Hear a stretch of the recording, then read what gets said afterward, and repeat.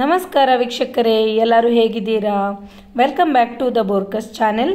ಇವತ್ತು ನಾನು ಸ್ಪೆಷಲ್ ಆಗಿರುವಂಥ ನವಿಲು ಕೋಸಿನ ಮೊಸರು ಬಜ್ಜಿನ ಹೇಗೆ ಮಾಡೋದು ಅಂತ ತೋರಿಸ್ಕೊಡ್ತಾ ಇದ್ದೀನಿ. ಬನ್ನಿ ಈಗ ರೆಸಿಪಿ ಶುರು ಮಾಡೋಣ. ಮೊದಲನೇದಾಗಿ ನೋಡಿ, ನಾನು ಫ್ರೆಶ್ ಆಗಿರುವಂಥ ಒಂದು ನವಿಲು ಕೋಸನ್ನು ತಗೊಂಡಿದ್ದೇನೆ. ಇದರ ಹೊರಗಡೆನ ಸಿಪ್ಪೆನೆಲ್ಲ ನಾವು ತೆಗೆದು ಕ್ಲೀನಾಗಿ ಇಟ್ಕೊಳ್ಬೇಕಾಗತ್ತೆ. ಸಿಪ್ಪೆ ತೆಗೆದ ನಂತರ ಇದನ್ನು ಚೆನ್ನಾಗಿ ನಾವು ತುರಿದುಕೊಳ್ಬೇಕು. ಈಗ ನೋಡಿ, ಇಲ್ಲಿ ತುರಿದುಬಿಟ್ಟು ರೆಡಿಯಾಗಿದೆ. ಇದಕ್ಕೆ ನಾನು 1 ಚಮಚದಷ್ಟು ಉಪ್ಪು ಸೇರಿಸ್ತಾ ಇದ್ದೇನೆ. ಇದರಲ್ಲಿ ನೀರಿನ ಅಂಶ ಚೆನ್ನಾಗಿ ಇರ್ತದೆ, ಸೊ ಇದು ತುಂಬ ಒಳ್ಳೆಯದು ನಮ್ಮ ಆರೋಗ್ಯಕ್ಕೆ. ಸೊ ಈಗ ನಾನೀಗ ಸ್ವಲ್ಪ ಪೆಪ್ಪರ್ ಪೌಡ್ರು ಸಹ ಆ್ಯಡ್ ಮಾಡಿದೆ ಖಾರಕ್ಕೆ. ಈಗ ಇದನ್ನು ಚೆನ್ನಾಗಿ ಮಿಕ್ಸ್ ಮಾಡಿ ಇಟ್ಕೊಳ್ಳುವ. ಈ ಮಿಶ್ರಣಕ್ಕೆ ನಾವೀಗ ಸ್ವಲ್ಪ ಗಟ್ಟಿ ಮೊಸರನ್ನು ಸೇರಿಸುವ. ನಾವು ಮೊಸರು ಬಜ್ಜಿ ಮಾಡ್ತಿದ್ದೇವೆ, ಸೊ ಗಟ್ಟಿ ಮೊಸರು ಹಾಕಿದಷ್ಟು ಒಳ್ಳೆ ಟೇಸ್ಟ್ ಬರ್ತದೆ.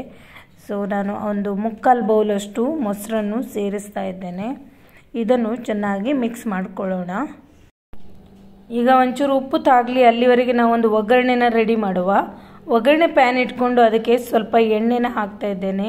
ಎಣ್ಣೆ ಬಿಸಿ ಆಗ್ತಾ ಇದ್ದಾಗೆ ನಾವು ಸ್ವಲ್ಪ ಸಾಸಿವೆನ ಹಾಕ್ಕೊಳ್ಬೇಕು. ಸಾಸಿವೆ ಸಿಡಿತಾ ಇದ್ದಾಗೆ ಒಂದು ಒಣಮೆಣಸನ್ನು ಕಟ್ ಮಾಡಿ ಹಾಕ್ತಾ ಇದ್ದೇನೆ. ಇದು ಚೆನ್ನಾಗಿ ಫ್ರೈ ಆಗಲಿ. ಈಗ ಇದಕ್ಕೆ ಚಿಟಿಕೆ ಇಂಗನ್ನು ಸೇರಿಸಿದೆ, ಗ್ಯಾಸ್ ಆಫ್ ಮಾಡಿದೆ. ನಮ್ಮ ಒಗ್ಗರಣೆ ಈಗ ರೆಡಿಯಾಗಿದೆ.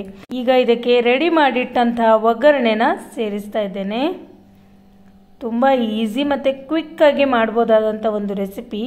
ನಮ್ಮ ಊಟದಲ್ಲಿ ಸೈಡ್ ಡಿಶ್ ಆಗಿ ಇದನ್ನು ತಿನ್ಬೋದು. ಊಟ ಇಲ್ಲದಿದ್ದರೆ ನಾವು ಇದನ್ನು ಸಲಾಡ್ ರೀತಿಯಲ್ಲೂ ಸಹ ತಿನ್ಬೋದು. ಇದು ಒಳ್ಳೆ ಫುಡ್, ಆರೋಗ್ಯಕ್ಕೆ ತುಂಬ ಒಳ್ಳೆಯದು, ತಂಪು ಕೂಡ, ಹಾಗೂ ಈಸಿಯಾಗಿ ಬೇಗನೆ ರೆಡಿಯಾಗುವಂಥದ್ದು. ಸೊ ವೀಕ್ಷಕರೇ, ನೀವು ಕೂಡ ಇದನ್ನೊಮ್ಮೆ ಟ್ರೈ ಮಾಡಿ ನೋಡಿ.